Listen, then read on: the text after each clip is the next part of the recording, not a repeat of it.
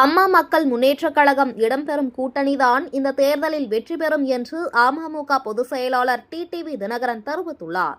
தஞ்சாவூரில் செய்தியாளர்களிடம் பேசிய அவர், வரும் பிப்ரவரி 24ஆம் தேதி எங்கள் கூட்டணி குறித்த விவரத்தை உறுதியாக அறிவிப்போம் என்றும், தற்போதைய அரசியல் சூழலில் 4 முனை போட்டி நிலவுவதாகவும் கூறினார். தேசிய ஜனநாயக கூட்டணியில் இருந்து பிரிந்து சென்ற கட்சிகள் மீண்டும் இணைவது குறித்து நயினார் நாகேந்திரன் தெரிவித்த கருத்து அவருடைய தனிப்பட்ட கருத்து எனவும், கட்சி தொண்டர்கள் மற்றும் நிர்வாகிகளின் விருப்பத்தின் அடிப்படையிலேயே அமமுக முடிவெடுக்கும் என்றும் தெரிவித்தார். திருப்பரங்குன்றம் விவகாரத்தில் அரசியலை மதம், ஜாதி பெயரில் மக்களை பிரிக்கும் முயற்சிகள் கூடாது என்றும், தமிழகத்தில் சகோதரத்துவம் நிலவ வேண்டும் என்பதே எங்களின் நோக்கம் எனவும் கூறினார். மேலும் சரியான வாக்காளர் பட்டியல் தயாரிக்க SIR அவசியம் என்றும், அமமுக இடம்பெறும் கூட்டணியை தவிர வேறு எந்த கூட்டணியும் வெற்றி பெற முடியாது என்றும் அவர் தெரிவித்தார்.